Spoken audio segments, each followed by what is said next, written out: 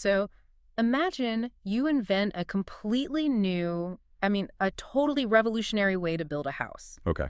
You decide you're going to build the roof totally flat on the ground, and then you somehow suspend the heavy concrete foundation way up in the sky. Which sounds completely insane, right? Totally insane.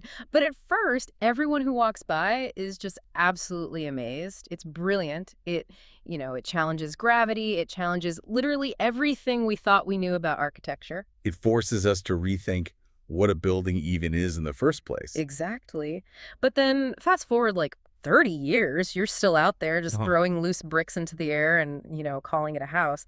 The initial shock value is completely gone by this point. Yeah, the novelty wears off. Right. And if you actually walk up and look really closely at the structure, you realize something terrifying. Like absolutely nothing is holding those bricks together anymore. Right, the revolution has basically decayed into this really comfortable, predictable routine. Yeah. The architect is just relying on the memory of that first disrupted house rather than actually building something structurally sound today. Yeah. And that exact phenomenon, that decay of innovation into mere habit, is the core of what we're unpacking in today's deep dive. Welcome to the deep dive, everyone. Our mission today is to explore that very specific trap. What actually happens when a groundbreaking, disruptive idea freezes into an empty formula? And we have a great source for this. We do. To do this, we're looking through the lens of a really fascinating piece of art criticism by Özkan Eroğlu. He takes a very hard, very critical look at the celebrated German artist Georg Baselitz. And what makes this so compelling is that we aren't just critiquing a single artist's technique here. Right. This is a masterclass in how easily innovation can become a crutch for literally any creator, any thinker, or just anyone who finds early success by breaking the rules. It is a phenomenal case study in structural failure. But before we dive into the specific controversy around Baselitz, I feel like we need to clarify a foundational concept from the source material. Definitely. Eroğlu repeatedly diagnoses Baselitz's recent work with this condition that he translates from the original Turkish. The phrase is plastik sıkıntı. Which translates to plastic distress or plastic trouble. Right? Exactly. Plastic distress. And I want to jump in right here to make sure you, the listener, know exactly what we mean by that. Because honestly, it threw me at first. Oh, for sure. We are absolutely not talking about material plastic. There's no critique here about, like, Tupperware or acrylics or credit cards polluting the ocean. No, far from it. In the language of art criticism, the word plastic refers directly to the formal, physical, and compositional elements of a piece of art. Okay, so like the actual physical stuff on the canvas. Right. When a critic talks about plastic values, they're talking about the fundamental building blocks of visual reality. So the physical application of color, the creation of form, the kinetic energy of the artist's gesture, Right. and the spatial relationship between a figure and the background. It is literally the structural integrity of the image. So when the source diagnoses this plastic distress, he's effectively saying the structural integrity of the house is failing. Exactly. The bricks just aren't holding together. And here is the massive claim at the center of this critique. Georg Baselitz is a global art star. I mean, he's an undisputed icon of the 20th century. Yeah, massive name. But Eroğlu argues that for the last 30 years, so basically since the mid-90s, Baselitz's work has suffered an undeniable catastrophic structural collapse. And the nuance here is really crucial. The source is not engaging in some sort of historical revisionism. Right, he's not saying Baselitz was always bad. No, not at all. Eroğlu actually praises Baselitz's earlier, mature works from his first 2 or 3 decades as an artist. Those paintings earned their place in history. They did the work. Yeah. The critique is hyper-focused on this later era. He argues that Baselitz has essentially become a prisoner to his own signature style. Like, the global art market and the gallery world might still be throwing money and applause at him, but underneath the surface of the canvas, the actual architecture of the paintings is just falling apart. I want to really interrogate the signature style, because if you know anything about Georg Baselitz, you know his ultimate trademark. It's the thing that made him a household name in the art world. The upside-down paintings. Exactly. He paints his figures upside down, landscapes, portraits, eagles, all of it, just flipped 180 degrees.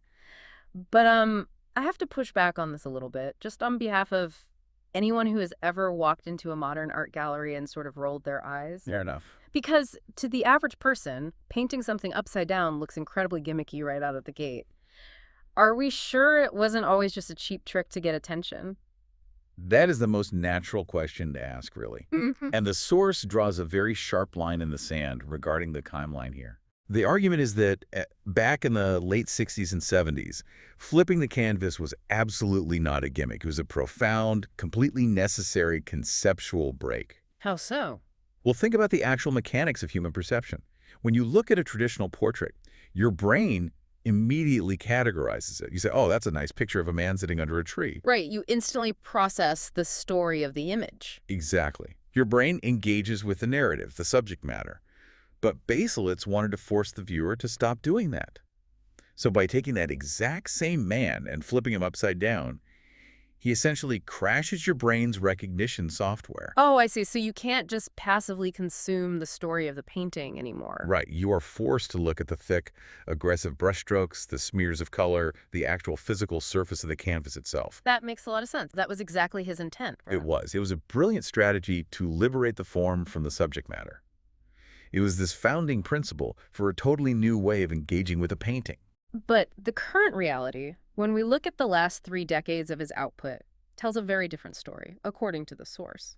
It does. According to the critique, that upside-down inversion is no longer doing that heavy conceptual lifting. It has just devolved into what Eroğlu calls a curtain. A curtain to hide behind. Yes. Because, and this is fascinating, when you remove the traditional orientation of a painting, you're effectively removing gravity. Like, in a normal painting, the ground is at the bottom, the sky is at the top, and everything is anchored. Right, there's a baseline reality. But if you take gravity away, your visual elements are just sort of floating. You destroy the old balance, which means you are now entirely responsible for creating a brand new system of balance to hold the painting together. Exactly. The physics of the composition change entirely. You can't just leave the visual elements hanging in a void. And this is exactly where the structural collapse happens in Baselitz's later work. He never builds the new balance. He doesn't. This required new balance is just never achieved. The compositional problem he created for himself is left permanently suspended. And because there is no new internal logic holding the piece together, the individual elements on the canvas start to disconnect from one another. And this causes a chain reaction, right? Because the overall balance is gone. We start seeing a massive breakdown in the relationship between the figure and the ground. Yeah, and the figure-ground relationship is arguably the most basic, vital tension in any two-dimensional art, even in the most radical abstract expressions. There has to be some interaction there. Right, there has to be a physical, compositional push and pull between the subject you're painting and the space the subject occupies. They have to acknowledge each other's existence on the canvas. But looking at the descriptions of these later works, the figures look completely detached. Like, they don't look like they're living inside the spatial reality of the painting at all. No, they do. They look like they've been cut out of a magazine and just pasted onto a completely unrelated background. Eroğlu diagnoses this specific failure as a state of plastic uncertainty. It's a structural limbo. A limbo, yeah. It doesn't achieve pure, deliberate flatness, which, by the way, is a totally valid artistic choice if you're exploring a strictly two-dimensional surface. Right. But it also fails completely to create any deep spatial illusion. It just gets stuck in this awkward, unresolved middle ground.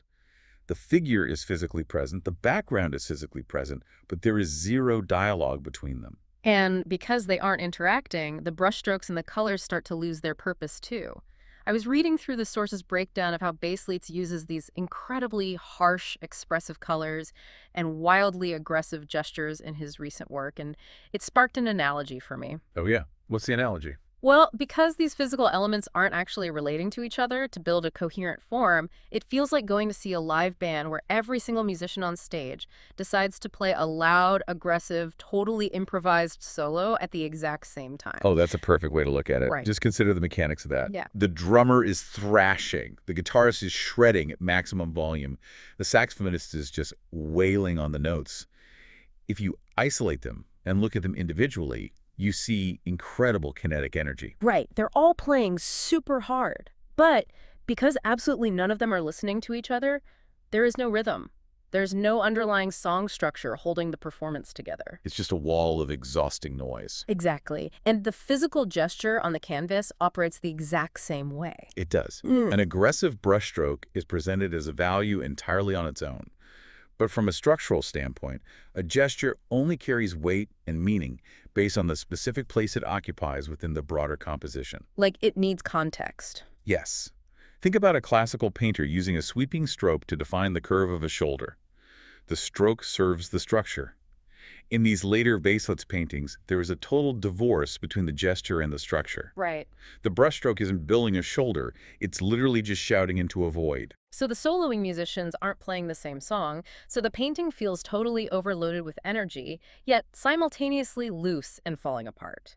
The colors just don't justify each other's existence on the canvas. They're just existing really loudly next to each other. And this profound lack of internal logic highlights a tremendous danger for anyone who has achieved success through disruption.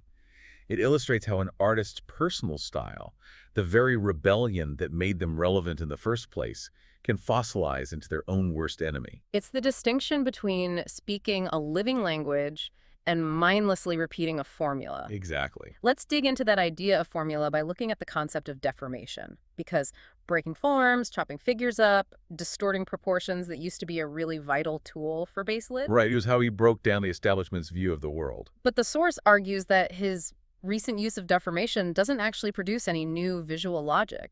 Like he's deforming figures not to uncover a hidden truth, but simply because deforming things is what the brain Georg Baselitz is expected to do. The act of rebellion just becomes an administrative routine. An administrative routine, wow, that's bleak. It is, and the source provides a highly specific physical example of how far this routine has degraded.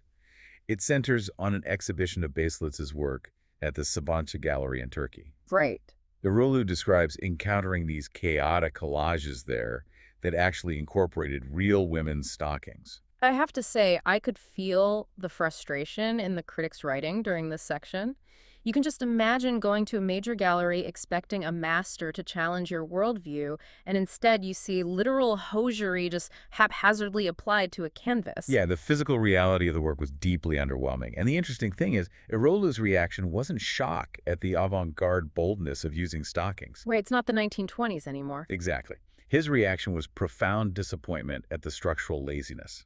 He describes the collages as just a complete visual mess. It felt like an active, almost careless destruction of Baselitz's past mature structures. Yeah, because the materials didn't interact with the paint. Right, they didn't build a new spatial reality at all. It was just debris thrown at a surface, hoping the artist's famous signature would act as the structural glue. It's like bringing a wrecking ball to the house we talked about at the beginning, smashing the whole thing to pieces, and then just walking away without drawing any blueprints for a new building. Which brings us to a really critical lesson that extends far beyond modern art. A true language, whether you're talking about painting, coding, writing, or even corporate strategy, it must constantly recreate itself to stay alive. It has to adapt to solve new problems. Exactly. A formula, on the other hand, merely repeats its past successes until it hollows out into a cliché.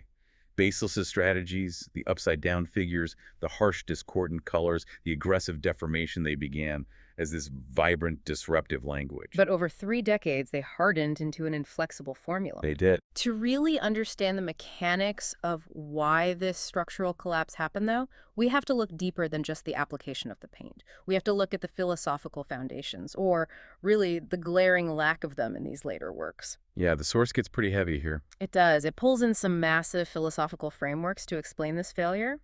We're talking about concepts from Hegel, Merleau-Ponty, and Heidegger. Heavy hitters. Seriously. And if we just list those names, it sounds like an intimidating college syllabus. So let's organically piece together what these concepts actually mean for the canvas. Let's make it practical. Okay, let's do it. We can trace the causal flow of this failure, starting with the very act of destruction you just mentioned. Okay. If we look through the lens of Hegel's concept of negation, the act of destroying a structure is only the first half of a vital two-step equation. Right. True Hegelian negation requires you to tear down the old visual order specifically so you can synthesize and build a new, higher-level reality. Oh, I see. So destroying the rules of perspective or gravity is totally fine, as long as you provide the viewer with a new set of rules to navigate the space. Exactly. You have to build the new house. But Baselitz's entire recent practice is based entirely on Reddish, which means rejection. Right. He rejects standard representation, he rejects gravity, But he completely skips step two. Mhm. He never reaches that moment of synthesis where a new necessary plastic order is built. The rejection just sits there, suspended and incomplete. And because he never rebuilds the visual world, the viewer's actual experience of looking at the painting becomes totally stranded. Stranded. That's a great word for it. Which brings us directly into the realm of perception, which is what the French philosopher Maurice Merleau-Ponty focused on with phenomenology. Phenomenology. Break that down for us. Sure. Phenomenology is basically the study of how our bodies and minds physically encounter and process reality. Okay, so when I stand in front of a giant canvas and the figure is upside down and the colors are violently clashing, it definitely breaks my visual habit. It creates a massive psychological shock. Right. But breaking a habit isn't the same thing as giving me a new way to process reality. Exactly. A psychological shock is merely a jump scare. Merleau-Ponty would argue that true, structurally sound art teaches the viewer a new regime of perception. It literally changes how you see the world. Wow. But Baselitz's later works just offer a negative positioning. They tell you how not to see by confusing your senses, but they offer no phenomenological transformation. They just leave your perception dizzy and stranded in that chaotic, soloing band of colors. And if my perception is totally stranded, I can't actually arrive at any meaning. No, you can't. Which feels like a direct path to the third philosophical concept the source brings up. Martin Heidegger's idea of truth, or aletheia. Yeah, aletheia. Yeah. It roughly translates to unconcealment. It's the act of bringing truth out of hiding and into the open. In structurally sound modern art, the physical form of the painting isn't just a cheap container carrying a message. The form itself is the meaning. But because Baselitz's forms are so disconnected, pasted on and floating without gravity, they actively prevent unconcealment. It's like reading a sentence that just keeps adding commas and tangents and chaotic side notes, but refuses to ever give you the verb. Yes. You just keep reading, waiting for the point, but the meaning is just endlessly deferred. You never arrive at the truth. The structure constantly delays the meaning rather than revealing it. Now, there is one more deeply embedded layer to this philosophical void, and it's perhaps the most sensitive part of the critique. Okay, let's hear it. You really cannot analyze Georg Baselitz without addressing the immense historical trauma of post-war Germany. That specific broken national identity is the actual DNA of his most famous early masterpieces. Right. And in those early works, you can physically see the trauma in the paint. The thick, heavy, muddy colors, the violently jagged intersections of the figure, and the paint itself was carrying the weight of a fractured history. Exactly. The brokenness was intrinsic to the art. The painting physically could not exist without that trauma. The form and the historical content were permanently locked together. But Eroğlu makes a really devastating observation about the recent decades of work. What's that? That profound historical trauma has transitioned from being an internal structural necessity to becoming merely an external justification. Like an excuse. Precisely. It's the danger of his success. The trauma is now just a thematic backdrop. It's a marketing tag applied after the fact. Wow. The artist is essentially presenting a structurally sloppy, disconnected painting and saying, well, the composition is chaotic and broken because history is chaotic and broken. But the actual application of the paint, those floating figures and empty aggressive strokes, doesn't earn that heavy historical connection anymore. Right. The concept doesn't penetrate the physical canvas. Which brings us perfectly to the grand synthesis of this entire critique. After walking through the failing figure-ground relationships, the formulaic deformation, and the suspended philosophy, the source arrives at this incredibly powerful concluding thought. It really brings it all together. It does. The core tragedy of Baselitz's last 30 years is that his paintings remain under the heavy influence of thought, but that thought completely fails to transform into form. It is a brilliant surgical diagnosis. The problem isn't that the artist stopped thinking. Right. The paintings are burdened by massive, heavy concepts, rejection, historical trauma, the inversion of gravity. The thought is hovering right there in the gallery.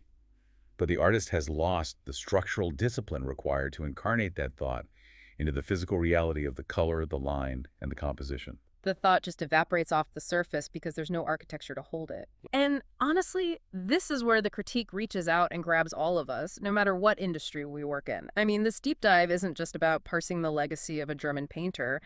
It's a massive warning sign for our own lives. Totally. Because think about it. How often do we rely on our past revolutionary ideas as a permanent crutch? We have that one disruptive breakthrough that puts us on the map, and a decade later, we're still just running that exact same play. We mistake our own chaotic energy for actual substance. Exactly. We go back to that loud soloing band. We think that because we are still being loud and aggressive and using the aesthetics of disruption, we are doing good work. But really, the foundation suspended in the sky has just rotted away. It's a harsh reminder. Relying on your past innovations isn't just about getting lazy, it's about losing your structural integrity. When you stop solving new problems, your revolutionary language inevitably degrades into an empty formula. So, as we wrap up this deep dive, I want you to really think about that dynamic in your own life. But I also want to leave you with a completely new thought to chew on, something that builds on everything we've just discussed, about empty formulas and hollow rebellion. Consider the rapid rise of artificial intelligence in creative and professional spaces. Okay, yeah. If a human artist's rebellion has already devolved into a predictable formula, if it's just random, aggressive brushstrokes disconnected from any internal structure, justified by an external excuse, then what stops a machine from replicating that exact rebellion? Man, that is a terrifying question. It really is. Because if your disruption is just an algorithm of chaos, an actual algorithm can probably execute it better than you can. If AI can perfectly mimic our empty formulas of rebellion, what do we actually have left as creators? It really makes you evaluate your foundations. It does. It's definitely something to think about the next time you're tempted to just throw bricks into the sky. Usually when we talk about a massive, globally renowned figure in any field, but especially the art world, there is this expectation of structural genius. Oh, absolutely. People just assume it's there. Right. Think about architecture for a second. Yeah. You look at a towering skyscraper, and even if the design is wildly unconventional, like maybe the angles are crazy or it's made entirely of glass, you implicitly trust that the steel beams inside are engineered to hold it all up. Yeah, you trust the foundation. Exactly. Yeah. But what if you found out that a building's most famous, most radical design feature wasn't a stroke of genius at all? What if it was actually just a really loud distraction from the fact that the load-bearing walls are fundamentally cracking? That would change everything about how you look at it. Totally. And that is what we are bringing you into today. We're taking you on a mission into our provided source material to explore a fascinating, highly critical, and frankly mind-bending analysis of the renowned German painter, Georg Baselitz. And everyone knows Baselitz. Right. If you've ever walked into a major modern art museum, you've probably seen his work from across the room. He's, the guy who paints upside down. Yeah, the famous inversion. For decades, that trick, taking a portrait or a landscape and flipping it on its head, has been seen as this radical, rebellious, earth-shattering move in contemporary art. It really has been. But our source material today poses a massive structural question. What if that famous upside-down trick is actually hiding a profound structural failure? It's basically the absolute definition of an artistic illusion. When we look at this intense academic critique provided in the sources, we are stepping into a deeply analytical, almost architectural space. Right. And the core problem the source identifies in Baselitz's work isn't that he lacks ideas. Which is what people usually say about modern art. Exactly. That's a super common critique, but it doesn't apply here. It isn't a lack of thought at all. The problem is an overabundance of thought that completely fails to penetrate the actual physical structure of the painting. Oh, wow. So the thought is too heavy. Yeah, the philosophical weight is there. It's heavy and demanding, but it never becomes the form. The canvas is subjected to the artist's philosophy, but it never actually transforms into it. Okay, let's unpack this. Because if we want to understand this philosophical failure, we have to start by looking strictly at what is happening on the canvas itself. Right. The physical object. And that means staring right at Baselitz's famous inversion strategy, turning the figures upside down. To the average viewer, and honestly to the art market for a really long time, this upside-down figure seems like a brilliant disruption of traditional representation. It forces you to stop. Exactly. It forces you to look at the thick globs of paint, rather than just, passively digesting the image of a person. But the source argues something completely different. Yeah, it argues that this move actually suspends what it calls plastic organization, rather than deepening it. Yeah, and we need to clarify that. When we use the word plastic in this very specific art critique context, we aren't talking about synthetic polymers, right? Right, not like plastic bottles. Exactly. We're talking about plasticity, Mhm. the physical, structural elements of the painting, the composition, the balance, how the forms and colors physically relate to one another to build a cohesive visual world. Sort of the internal physics of the painting. That is a perfect way to put it. Think of gravity in a painting. In a traditional portrait, the figure sits within a world governed by a top and a bottom. Sure, sky is up, ground is down. Right. So when a composition loses its orientation, when you literally flip the human body on its head, it immediately demands a new balance. It demands a new set of physical rules to hold that specific inverted world together. But the critique points out that Baselitz doesn't provide that new balance. No, he just delays it. The figure is torn from the background, practically pasted onto the surface, Wow. and it results in what the author calls plastic distress or plastic uncertainty. It's neither a real exploration of two-dimensional flatness, nor is it creating a genuine three-dimensional depth. It is just stuck. It's like an architect designing a massive, gravity-defying roof. It looks incredible from a distance, but when you walk inside and look closely, the roof isn't actually attached to the load-bearing walls. It's just hovering there. Exactly, on temporary scaffolding. The upside-down figure is that dazzling, distracting roof.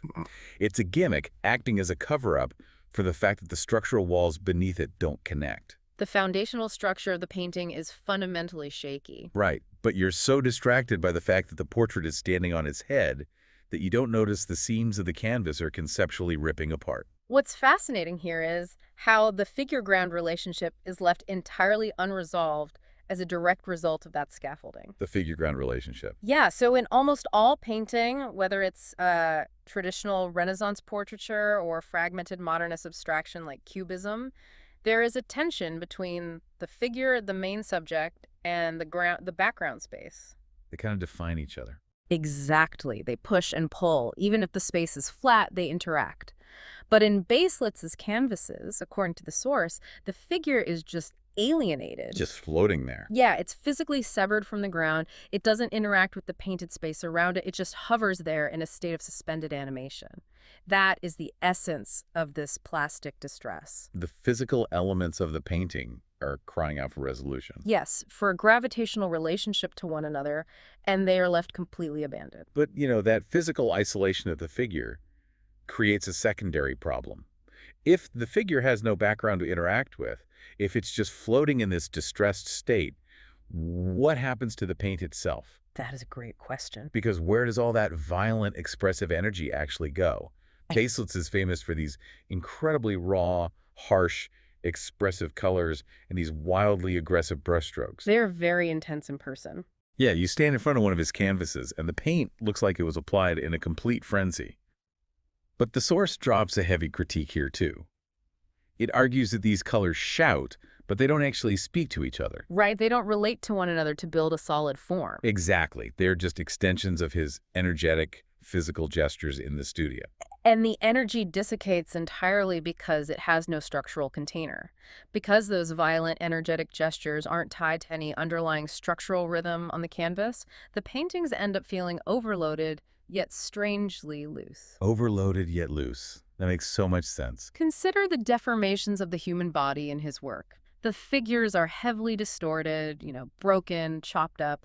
The author argues that this deformation doesn't create a new plastic logic. It isn't a new way of seeing the body. Right. It just becomes a repetitive style of brokenness. Hmm. And this leads to a crucial distinction in art that the source emphasizes the vast difference between a true artistic language and a mere artistic formula. Wait a minute, I have to push back on the source's logic for a second here. Oh, go for it. Because when you look at the whole lineage of Expressionism going all the way back to the early 20th century, isn't the entire point to be raw, chaotic, and energetic? That is definitely the reputation it has. Right, so why does a wild, emotionally charged brushstroke need to be tied to some rigid structural rhythm?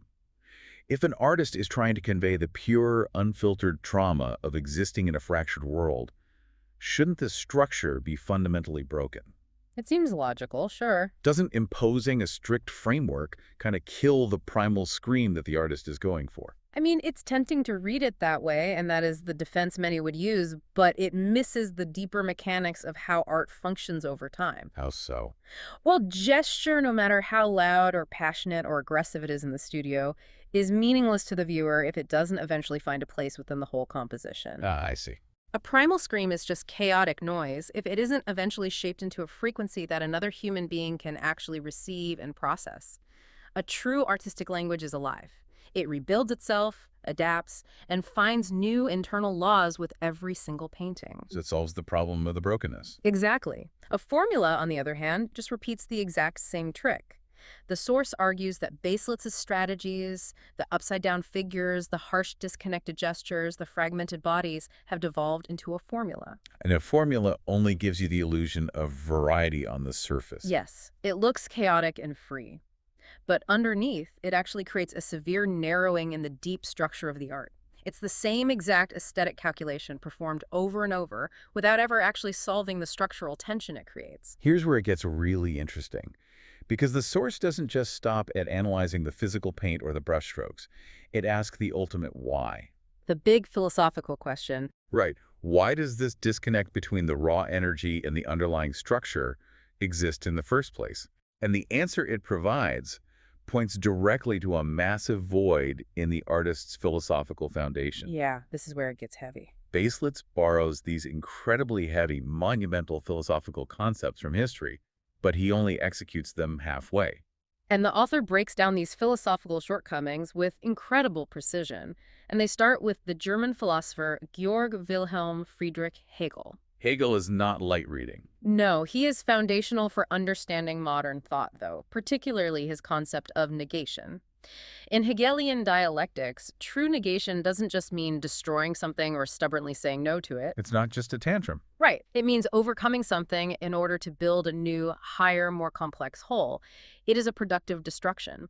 You tear down the old system specifically to use its parts to build a better one. Okay, that makes sense. The critique points out that Baselitz rejects the tradition of painting by turning the canvas upside down. He negates the proper way to view a human figure. But he stops at the rejection. Exactly. He never builds a new visual necessity out of the pieces. To go back to our architecture idea, it's like a demolition crew that knocks down a historic building. They plant the dynamite. Yeah, they plant the dynamite, push the plunger, there's a massive, spectacular explosion, everyone claps.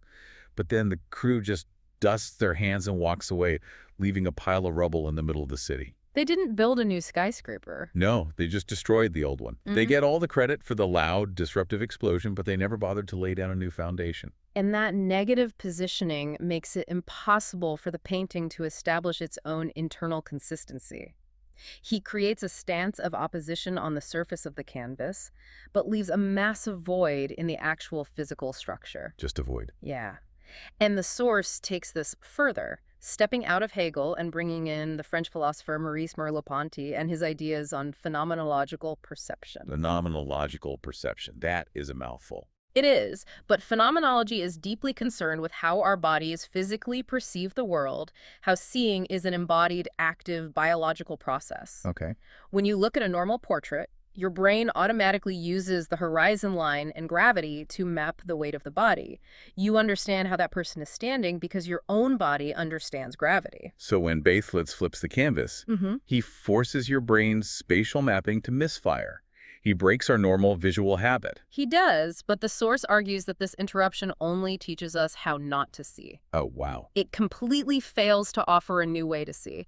It disrupts the mechanism of the eye without providing a new logic for the eye to follow. It's a psychological shock tactic, not a true phenomenological transformation. Yeah.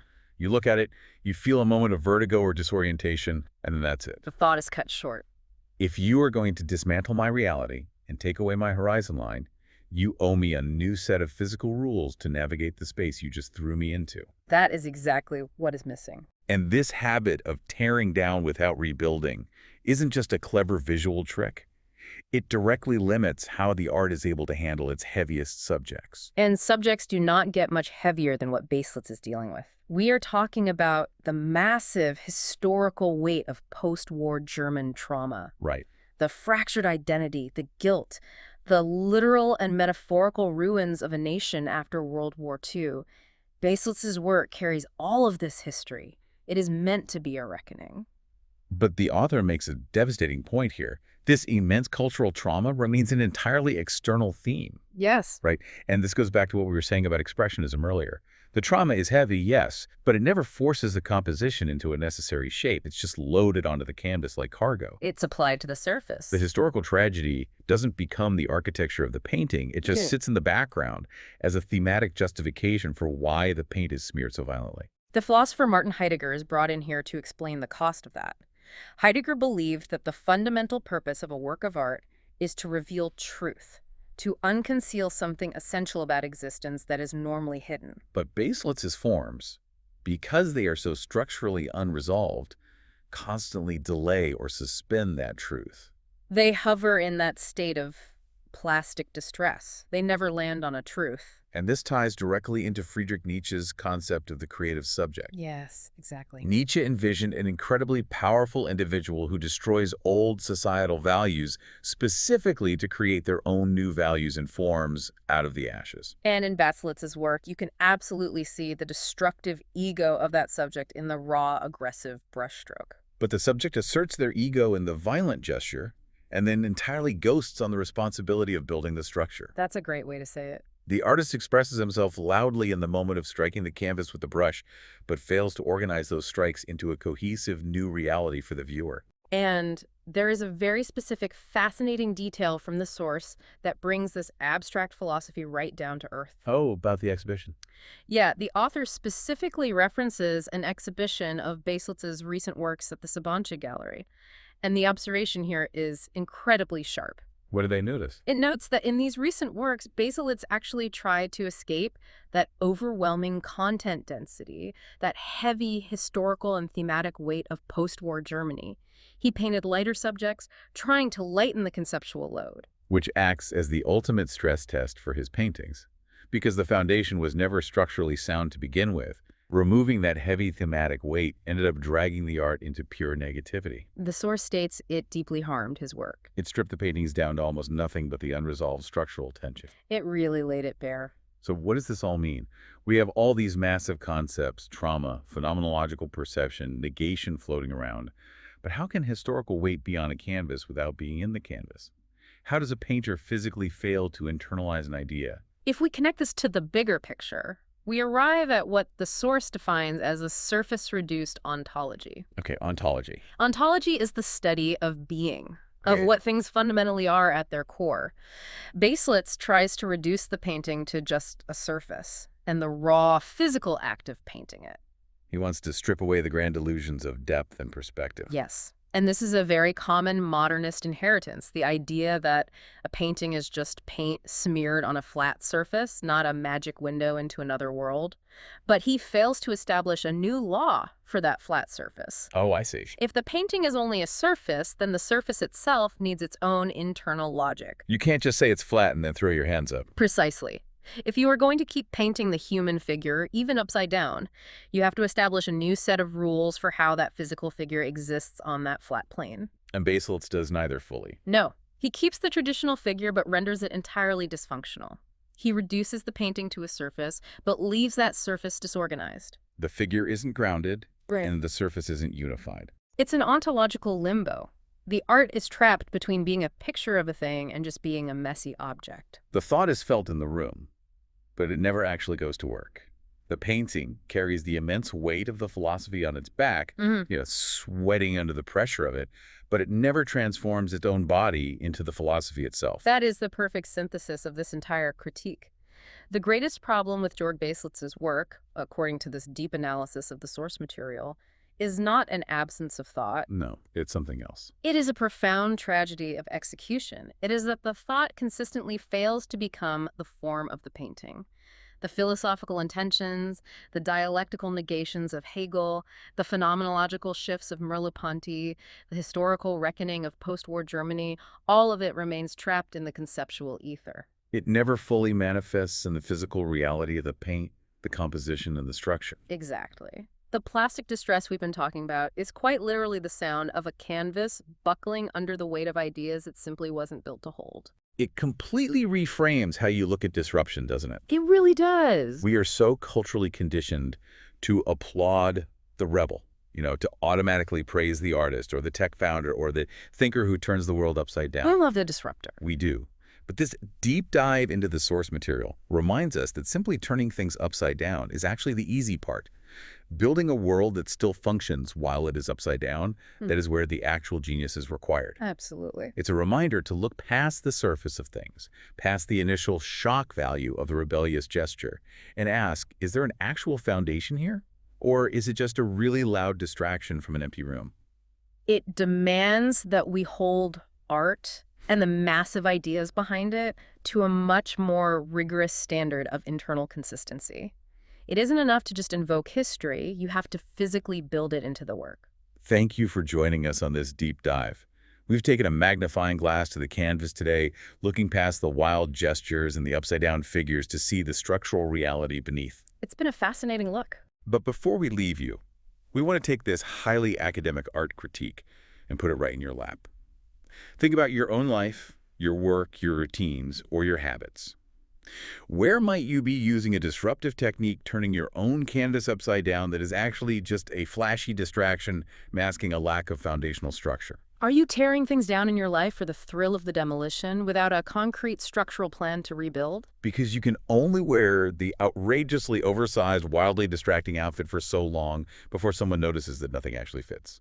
Until next time, keep diving deep.